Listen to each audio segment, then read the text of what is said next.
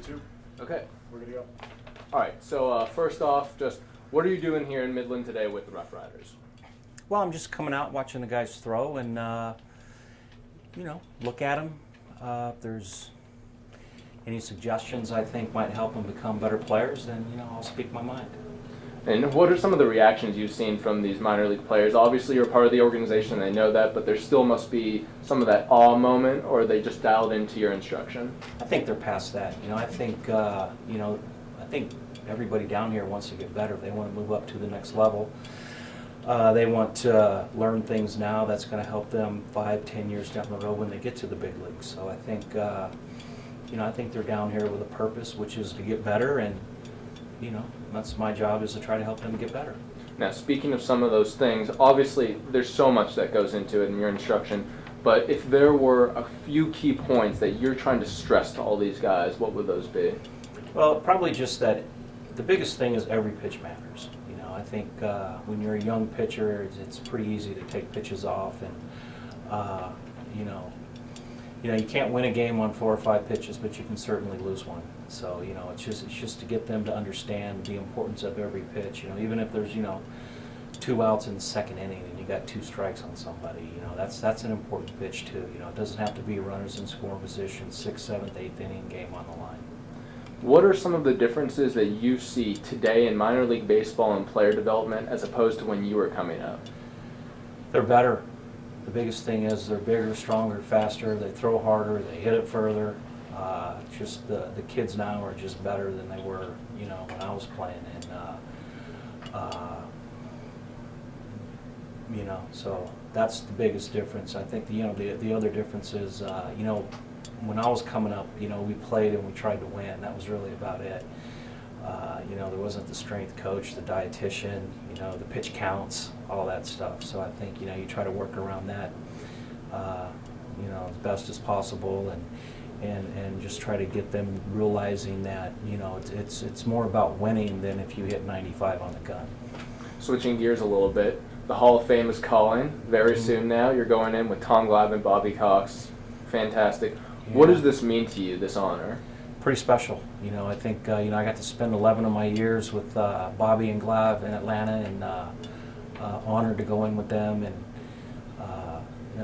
me and Frank Thomas, I think we shared a babysitter in Vegas growing up together. So, we got ties with him, and had a great time, spent some time with Joe Torre. I got to play with him and coach alongside him in the WBC. So, pretty special to go in with those guys. And Tony, battling against him, he was a Cardinal all those years. Now, you probably have 1,000, but if you have one story, a Bobby Cox story, a Tom Glavine story that kind of pops into your head real quick, what would they be? Well, just with Bobby, his consistency every day. He was the same man every day, whether we won 5 in a row or lost 5 in a row. He was the same guy. And just the word respect comes to mind, when I think of Bobby Cox. Of all the people I've been around in baseball, the respect factor with him is off the charts high. And Glav competes. He always wanted to win more than the pitcher he was facing that night, it seemed like, and he did. But just the desire to win a game, I think Glav had, was pretty special. Now, out in the baseball blogosphere, which anything can be said and it's debated wildly, there's talk about the hat that you're going in with, which is blank. You obviously spent a lot of your career with the Cubs, a lot of your career with the Braves. Just what are your thoughts on going in with a hat without a logo on it? Well, my thoughts were very simple. I spent 11 years in Chicago, if you count the minor leagues, and I was 6 years there in the big leagues, and 3 the second time. And I was in Atlanta for 11 years. So, I don't think I ever would have had an opportunity to, even get on the Hall of Fame ballot had I not played in Chicago. And, had I not played in Atlanta with the teammates I had down there, I probably wouldn't have won as many games. So, I just feel like both organizations, cities are equally as important to, me getting this opportunity. Now, obviously there's going to be a ton of differences, but aside from the actual wins and losses, the labels that kind of get put on the organizations, the lovable losers, the Cubs, and this Braves team that went on this insane winning streak for years, but outside of Georgia may have not been the most popular team. What are just some of the differences that you felt being a part of both organizations? Well, I mean, it was awesome. I mean, Chicago, playing in Chicago, the day games, Wrigley Field every year. You know, I came up there. It's all I knew. You know, my first memories of baseball were all in a Cub uniform. And, you know, and then Atlanta, you know, we won every year. So it was special to go down there and win. And we also had fun. You know, we also learned how to have fun when we were away from the field. And we enjoyed our time off the field as well as we did on the field. That's probably hard to do, but if there's any legacy those Braves teams left, obviously what you guys did was unparalleled. Is it more about the division titles? Is it more about the World Series victory? Or is there something else in between and maybe all-encompassing? Well, I think, you know, obviously the World Series is kind of the big prize, but you know, also winning our division, you know, every year for, was it 15 years? It was 14 or 15. 14. You know, pretty special that too, but you know, the World Series ring is, you know, I know back in my room at home I have a World Series trophy. I don't have a 11 straight division titles thing in there, so you know, obviously the World Series thing is pretty special. And so this is a perfect segue. If you can remember back to that World Series parade, the feeling you had, once that happens for a player, is that something you're basically, that feeling, chasing the rest of your career? Well, it was just always a goal. You know, it was always a goal that you always want to win 20 games and pitch 200 innings and win a World Series. You know, I mean, you always set goals as a player, and I think the World Series is on everybody's list. You know, some guys it might be to hit 300 or hit 40 home runs, or you know, pitchers want to strike out 200 guys, whatever it is. But you know, the one common thing on all those goals is that World Series ring. And you know, to finally win something that you could share with your teammates, your coaches, your city, it's a pretty special feeling. Now, whether you're a sabermetrics person, whether you're an old-time scout, most people can agree you're one of the top pitchers that's ever played this game. Is that something that you had to kind of learn to cope with after retirement, and after you're out of baseball with so much success? Are you chasing that same success, or are you just kind of moving on from that? No, content. Doing what I do. You know, I love baseball. So you know, the Rangers were nice enough to give me a job, you know, working for them, and you know, I get a chance to stay in the game. My brother's a pitching coach.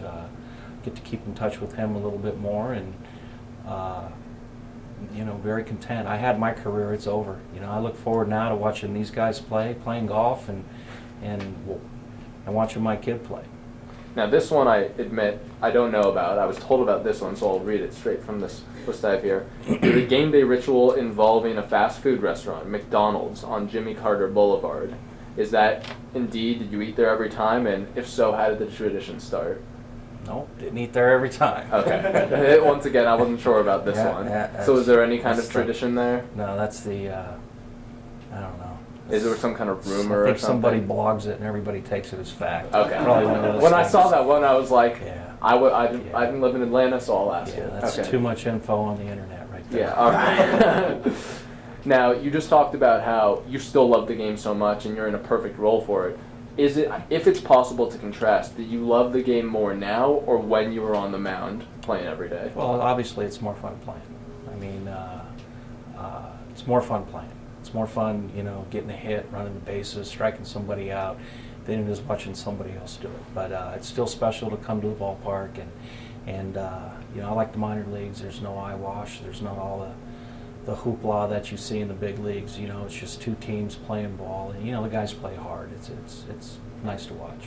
This may be kind of an impossible question. If you had to pick a greatest teammate while you were with the Braves, let's not say greatest, you don't have to pick, one of the best teammates you ever had, real team baseball, who would it be and why? Well, it would be Smoltzy, hands down, piece of cake, because he set up golf everywhere. He was a perfect teammate. He had a golf course set up every city, every day, and if you wanted to play, all you had to do was be in the lobby at whatever time he said it. So, you know, he was good. He was a good person. He was a very good person, really good pitcher, and a perfect golf coordinator.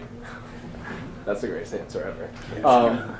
there was competition amongst the pitchers in batting practice. Mm-hmm. You guys were serious about your hitting. Talk a little bit about that. Well, I mean, it's, you play 162 games and, you have to make things fun. So, a pitcher's BP, losing team picks the balls up. So, you tried to compete, you tried to win, and you tried to make sure the relievers had to pick the balls up when the game was over. Such incredible Braves teams. We went a little bit about how much success you guys had, especially that rotation. Do you think there's any specific reason that you guys didn't win as many championships as many people thought, or is it just when you get to the playoffs, it's that's what Billy Beane always says about going to the playoffs, it's a crapshoot?